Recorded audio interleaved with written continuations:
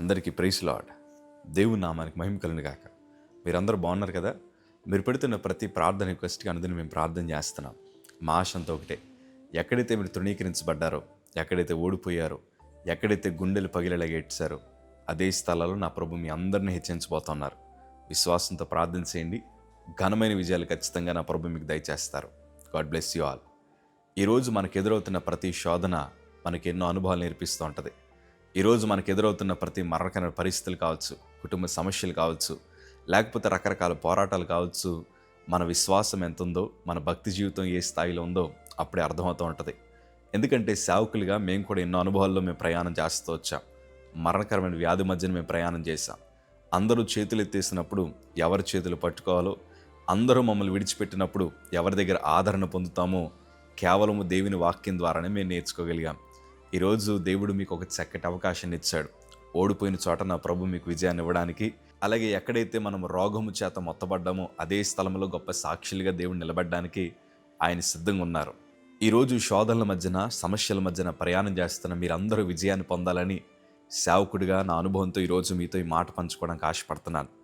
దేవుని వాక్యంలో మత్తయి సువార్త 17వ అధ్యాయము 21వ మాట చదవగలిగితే, మీకు ఆవగింజంత విశ్వాసం నీ ఎడల ఈ కొండను చూచి ఎక్కడ నుండి అక్కడికి పొమ్మనగానే అది పోవును. మీకు అసాధ్యమైనది ఏదీ ఉండదని నిశ్చయముగా మీతో చెప్పుచున్నానని వారితో అనెను. దేవుడు స్పష్టంగా మనతో మాట్లాడుతున్న మాట, ఆవగింజంత విశ్వాసం మీకుంటే ఎలాంటి పరిస్థితినైనా మార్చగలను అని దేవుని వాక్యం సెలవిస్తోంది. మీకు అసాధ్యమైనది ఏది ఉండదని ప్రభులు వారి స్వయాన మనకు బోధిస్తూ ఉన్నారు. నేను సిఎంసి వెల్లూరులో 2014 జనవరి టైంలో నా పరిస్థితి అసలు బాగలేదు. విపరీతమైన రక్తపు వాంతులు, రోజుకి 1-2 కాదండి, 40-50 రక్తపు వాంతులు అయ్యేవి.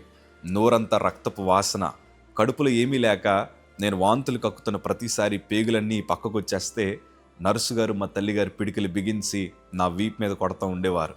అంత క్లిష్టమైన పరిస్థితి. నేను రక్తపు వాంతులు ఎందుకు కక్కుతున్నానని ఎండోస్కోపీ చేసి పేగు ముక్కలు బయటికి తీస్తూ ఉండేవారు. రకరకాల పరీక్షలు చేశారు, ఎన్నో మెడిసిన్స్ ఎక్కిస్తూ ఉన్నారు.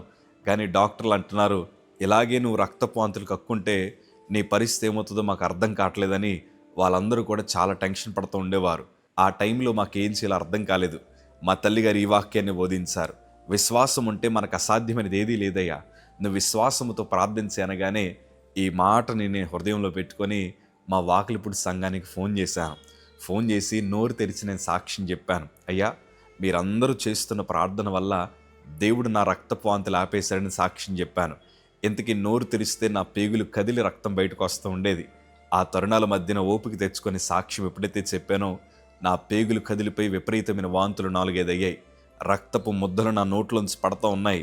నర్సు గారు అంటున్నారు, అమ్మా ఇలాగే వాంతులు కక్కితే మీ అబ్బాయి పరిస్థితి ఏంటో మాకు అర్థం కావట్లేదని. ఆమె అందరూ కలిసి టెన్షన్ పడుతున్న పరిస్థితి. ఎప్పుడైతే 4-5 వాంతులు జరిగాయో అక్కడ నుంచి దేవుడు నా రక్తపు వాంతులు ఆపేశాడు. హాస్పిటల్లో ఉండే డాక్టర్లు, నర్సులందరికీ ఆశ్చర్యము, ఈ అబ్బాయికి రక్తపు వాంతులు ఎట్లా ఆగిపోయాయి అంటే, నేను పరలోకమందున్న ప్రభు వైపు చూసి అంటున్నాను, ప్రభా నిజమే, వాక్యములు రాయబడిన ప్రతి మాట సత్యము. విశ్వాసం ఉంటే చాలు, ఏదైనా సాధ్యమయ్యా. అప్పటి నుంచి దేవుడిని ఇంకా బలముగా నమ్మడం ప్రారంభించాను.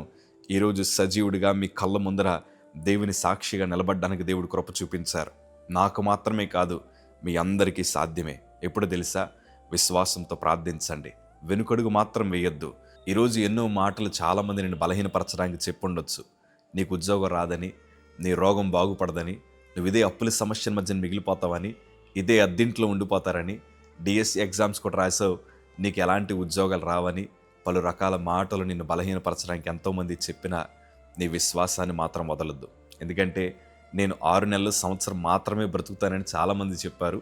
కానీ ఈరోజు 2025 సంవత్సరంలో ఇంకా మీ కళ్ళ ముందు నుండి ప్రభు సువార్త పరిచయలో వాడబడుతూ ఉన్నాను. ఎందుకంటే మనుషులు చెప్పింది జరగదు, దేవుడు చెప్పింది జరుగుతుంది. మనుషులు అన్నంత మాత్రాన మనమే ఓడిపోము. ఎందుకంటే విజయం ఇవ్వడానికి నా ప్రభు మన పక్షాన నిలబడ్డారు. కాబట్టి విశ్వాసాన్ని విడిచిపెట్టకండి. రాబో దినాల్లో అందరి మధ్యన మీరు సాక్షులుగా నా ప్రభు వాడుకోబోతున్నారు. God bless you.